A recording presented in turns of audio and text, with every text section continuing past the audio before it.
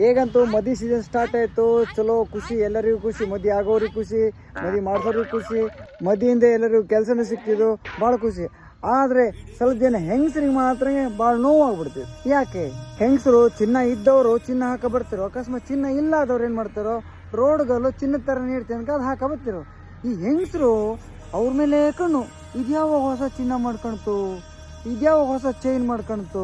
ಬಾಬಾ ಈ ಚಿನ್ನದ ಯಾವ ರೋಡ್ಗಲ್ಲ ಅವ್ರು ಹೋಗಿ ಕೇಳಿದ್ ಮತ್ತೆ ಎಷ್ಟು ಕೊಟ್ಟೆ, ಎಷ್ಟು ಗ್ರಾಮ್ ಇದೆ, ಎಲ್ಲಿ ತಗೊಂಡೆ, ಎಷ್ಟು ರೇಟು. ನಾವು ಚಿನ್ನ ಅಡವು ಗಿಡಕ್ಕೆ ಹೋದವಾಗೆ ಸೊನಗಾರ ಸುಧಾ ಆ ಚಿನ್ನ ನಮ್ಮನೆ ತಿಕ್ಕ ನೋಡುದಿಲ್ಲ. ಈ ಹೆಂಗಸರು ಅವ್ರ ಚಿನ್ನ ಆ ನಮ್ಮನೆ ತಿಕ್ಕ ನೋಡ್ತೀರಿ, ಚಿನ್ನದ ರೋಡ್ಗೊಲ್ಲೋ ಅಂದೇಳಿ. ಇವ್ರಿಗೆ ಯಾಕೆ ಬೇಕು? ಅವರಿಗೆ ಒಬ್ರಿಗೆ ಅವಮಾನ ಮಾಡೋದಂದ್ರೆ ಆಯ್ತು. ಸ್ವಲ್ಪ ಜನ ಹೆಂಗಸರಿಗೆ ನಿಮ್ಮ ಹತ್ರ ಚಿನ್ನ ಇದೆಯಾ, ನೀವು ಹಾಕೊಂಡು ಹೋಗ್ರಿ, ಅದು ನಿಮ್ಮ ಪುಣ್ಯ, ನಿಮ್ಮ ಅದೃಷ್ಟ, ನಿಮ್ಮ ಪುಣ್ಯ ನಿಮ್ಗಿದೆ. ಸ್ವಲ್ಪ ಜನ ಹೆಂಗಸರಿಗೆ ಅಂತ ಪುಣ್ಯ ಇಲ್ಲ, ಅವ್ರ ಹತ್ರ ತಗೊಳ್ಳೋಂಥ ಶಕ್ತಿ ಇಲ್ಲ. 4 ಜನ ಮದಿಗೆ ಹೋಗ್ಬೇಕಾದ್ರೆ ತಮ್ಮದು ಒಂದು ಇರಲಿ ಅಂದ್ರೆ ರೋಡ್ಗಳು ಹಾಕೊಂಡು ಹೋಗ್ತಾರೆ.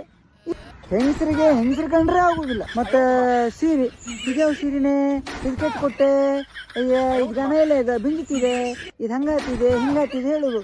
ನಮ್ಮಷ್ಟು ಅವ್ರ ಹತ್ರ ಇಲ್ಲ ಅಂದ್ಕೊಂಡು ಹೀಯಾಳಿಸೋದು, ಆ ಥರ ಮಾಡೋಕೆ ಹೋಗ್ಬೇಡಿ. ದೇವರು ಯಾವಾಗ ಯಾವ ಥರ ತಿರುಗಿಸ್ತೆ ಅಂತ ಹೇಳೋಕೆ ಹೋಗಂಗಿಲ್ಲ. ಅವ್ರ ಪರಿಸ್ಥಿತಿ ನಿಮಗೆ ಬಂದರೆ ಬರೋದು ನಾಳೆಗೆ, ನಿಮ್ಮ ಪರಿಸ್ಥಿತಿ ಅವ್ರಿಗೆ ಬಂದರೆ ಬರೋದು ನಾಳೆಗೆ. ಅದಕ್ಕೆ ಯಾರಿಗೂ ಕಡೆಗಣಿಸಿ ನೋಡಬೇಡಿ.